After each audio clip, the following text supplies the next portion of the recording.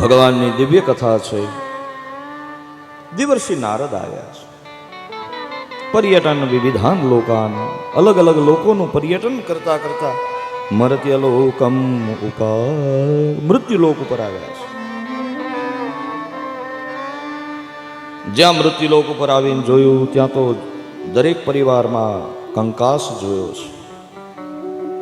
સત્યમ નાસ્તિ તપઃ શૌચમ, ક્યાંય સત્ય દેખાતું નથી. દયાદાનમ ન વિદ્યતે, દયા નામ શેષ થઈ ધર્માદા કોઈ કરતા નથી. ભગવાનનું સ્મરણ કોઈ કરતું નથી. શરીરમાં પવિત્રતા રહી નહીં, દંભમાં આચરણ કરે છે. ન ખાવાનું ખાય છે, ન પીવાનું પીવે છે, ન આચરણ કરવાનું આચરણ કરે છે. મનુષ્ય મટીને પોણો પશુ થયો છે. જ્યાં જુએ ત્યાં અનાચાર, દુરાચાર, વ્યભિચાર આદિ દેવર્ષિ નારદે જોયું છે. શું કામ? સત્યત્રે ત્વા દ્વાપર કલિ, પેલો યુગ સતયુગ છે, ધ્યાનથી ભગવાન મળતા હતા. પછીનો ત્રેતા આવ્યો, યજ્ઞથી ભગવાન મળતા હતા. દ્વાપર આવ્યો, ઘસાતું ગયું દિવસે દાડે બધું.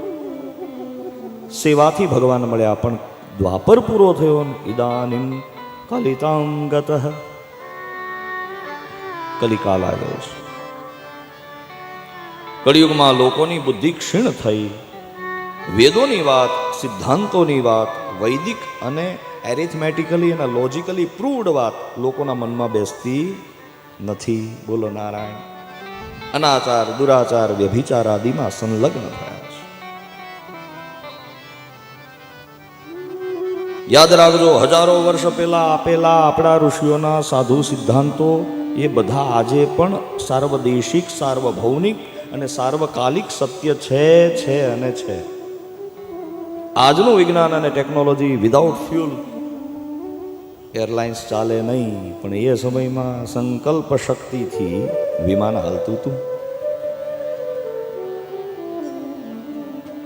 રાવણનું જે પુષ્પક હતું, સંકલ્પથી સાહેબ મોટું થાય ને એના સંકલ્પથી જ નાનું થાય. સંકલ્પથી કેપેસિટી પણ વધે.